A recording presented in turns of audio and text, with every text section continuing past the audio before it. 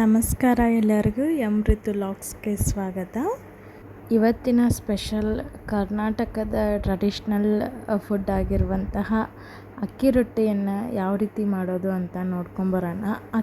ಬಿಸಿ ಬಿಸಿಯಾಗಿರುವಂತಹ ಅಕ್ಕಿ ರೊಟ್ಟಿ ಮೇಲೆ ತುಪ್ಪವನ್ನು ಹಾಕ್ಕೊಂಡು ತಿಂದರೆ ಎಷ್ಟು ರುಚಿ ಇರುತ್ತೆ. ಅದ್ರ ಜೊತೆ ಕಾಯಿ ಚಟ್ನಿ ಒಂದು ಒಳ್ಳೆ ಕಾಂಬಿನೇಷನ್ನ ಯಾವ ರೀತಿ ಮಾಡೋದು ಅಂತ ನೋಡ್ಕೊಂಬರೋಣ.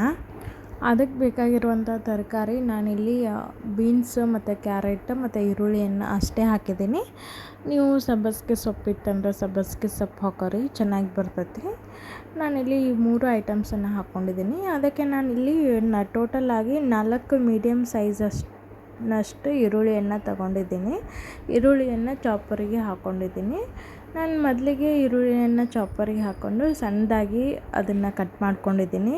ಸ್ವಲ್ಪ ದಪ್ಪ ಇತ್ತಂದರೆ ನಾವು ರೊಟ್ಟಿ ಮಾಡೋ ಟೈಮಲ್ಲಿ ಅದು ಚೆನ್ನಾಗಿ ಬರೋಂಗಿಲ್ಲ, ರೊಟ್ಟಿ ಹರಿಯುವ ಚಾನ್ಸಸ್ ಇರುತ್ತೆ. ಸೊ ಹೀಗಾಗಿ ಚಾಪರಿಗೆ ಹಾಕ್ಕೊಂಡು ಚಾಪರ್ ಸಹಾಯದಿಂದ ನಾವು ಈ ರೀತಿ ಸಣ್ಣದಾಗಿ ಕಟ್ ಮಾಡಿಕೊಂಡ್ರೆ ಯಾವುದೇ ರೀತಿ ರೊಟ್ಟಿ ಹರಿಯೋಂಗಿಲ್ಲ. ಅದಾದ ನಂತರ ನಾನಿಲ್ಲಿ 5ರಿಂದ 6 ಹಸಿಮೆಣಸಿನ್ಕಾಯಿಯನ್ನು ಕೂಡ ಹಾಕ್ಕೊಂಡಿದ್ದೀನಿ. ಇವನು ಕೂಡ ನಾನು ನೀಟಾಗಿ ಸಣ್ಣದಾಗಿ ಚಾಪರ್ ಸಹಾಯದಿಂದ ಸಣ್ಣದಾಗಿ ಕಟ್ ಮಾಡ್ಕೊಂಡಿದ್ದೀನಿ. ನೀವೇ ನೋಡ್ತಾ ಇರ್ಬೋದು.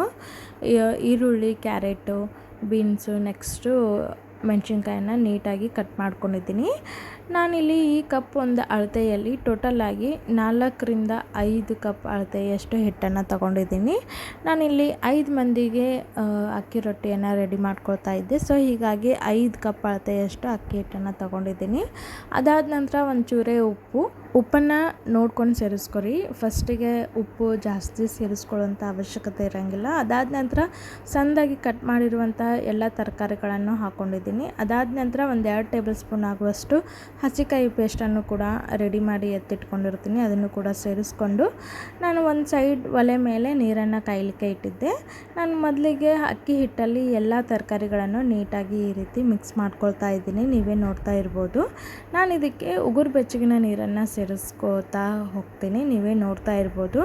ತಣ್ಣನೆ ನೀರು ಸೇರಿಸ್ಕೊಳ್ಳೋ ಬದಲಾಗಿ ಈ ರೀತಿ ಉಗುರು ಬೆಚ್ಚಗಿರಬೇಕು. ಅವು ಕುದಿಯುವಂತಹ ನೀರಾಗಿರಬಾರ್ದು.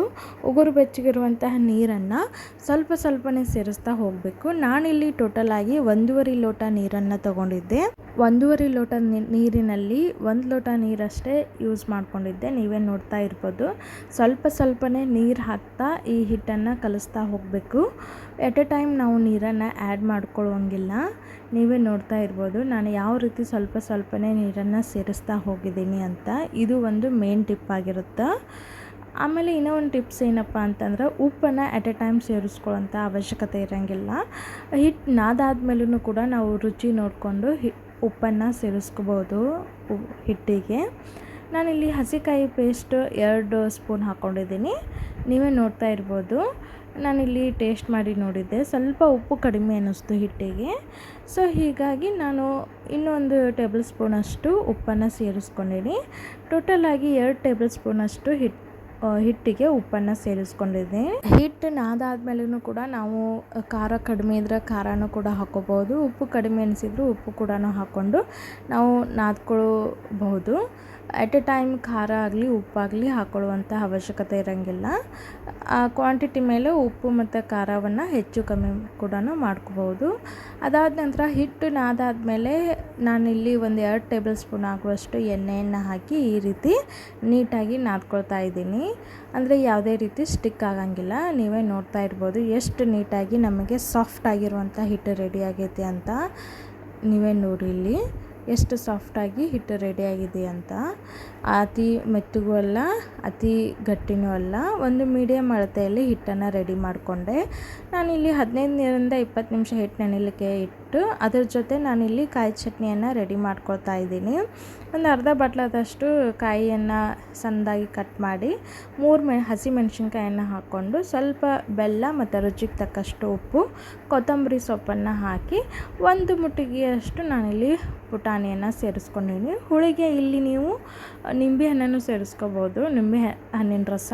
ನಾನಿಲ್ಲಿ ಹುಣಸೆ ಹಣ್ಣು ಸೇರಿಸ್ಕೊಂಡಿದ್ದೀನಿ. ಸ್ವಲ್ಪ ಜೀರಿಗೆ ಹಾಕ್ಕೊಂಡು ಈ ರೀತಿ ನುಣ್ಣಗೆ ರುಬ್ಕೊಂಡ್ಬಂದೆ. ಅದಾದ ನಂತರ ಇದಕ್ಕೆ ಒಗ್ಗರಣೆಯನ್ನು ಕೂಡ ಹಾಕ್ಕೊಳ್ಳೋಣ. ನಾನಿಲ್ಲಿ 4ರಿಂದ 5 ಟೇಬಲ್ ಸ್ಪೂನ್ ಆಗುವಷ್ಟು ಅಡುಗೆ ಎಣ್ಣೆನ ಸೇರಿಸ್ಕೊಂಡು ಸ್ವಲ್ಪ ಜೀರಿಗೆ ಮತ್ತು ಸಾಸಿವೆಯನ್ನು ಸೇರಿಸ್ಕೊಂಡೀನಿ.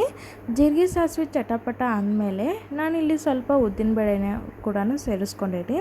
ಚಟ್ನಿಯಲ್ಲಿ ಉದ್ದಿನಬೇಳೆ ಹಾಕಿದ್ರೆ ಅವು ಕ್ರಂಚಿ ಕ್ರಿಸ್ಪಿ ಆಗಿರ್ತಾವಲ್ಲ, ಸೊ ಚೆನ್ನಾಗಿ ಅನ್ನಿಸ್ತೈತಿ. ನಾನಿಲ್ಲಿ ಚಟ್ನಿ ಮಾಡುವಾಗ ಬೆಳ್ಳುಳ್ಳಿಯನ್ನು ಹಾಕ್ಕೊಂಡಿಲ್ಲ, ಒಗ್ಗರಣೆ ಒಳಗೆ ಬೆಳ್ಳುಳ್ಳಿಯನ್ನು ಹಾಕ್ಕೊಂಡಿದ್ದೀನಿ. ನೀವೇ ನೋಡ್ತಾ ಇರ್ಬೋದು, ಇವು ಕೂಡ ಟೇಸ್ಟ್ ಚೆನ್ನಾಗಿ ಬರ್ತೈತಿ. ಸೊ ನಾನು ಚಟ್ನಿ ಮಾಡುವಾಗ ಬೆಳ್ಳುಳ್ಳಿಯನ್ನು ಸೇರಿಸಂಗಿಲ್ಲ. ಈ ರೀತಿ ಒಗ್ಗರಣೆ ರೆಡಿ ಆದಮೇಲೆ ರುಬ್ಬಿದಂತಹ ಕಾಯಿ ಚಟ್ನಿಯನ್ನು ನಾನು ಒಗ್ಗರಣೆಗೆ ಟ್ರಾನ್ಸ್ಫರ್ ಮಾಡ್ಕೊಂಡಿದ್ದೀನಿ. ಸೊ ನಮಗೆ ಫೈನಲಿ ಮಸಾಲೆ ಅಕ್ಕಿ ರೊಟ್ಟಿಗೆ ಕಾಯಿ ಚಟ್ನಿಯನ್ನು ಕೂಡ ರೆಡಿ ಆಗೈತಿ. ಆ ಕಡೆ ಹಿಟ್ಟನ್ನು ಕೂಡ ಸರಿಯಾಗಿ ನೆನೆದಿರ್ತದೆ. ನಾವು ನಾದಿರುವಂಥ ಹಿಟ್ಟನ್ನು ಏನಿಲ್ಲ ಅಂದರೂ ಒಂದು 15 ನಿಮಿಷ ಆದರೂ ನೆನೆಯಲಿಕ್ಕೆ ಬಿಡಬೇಕು.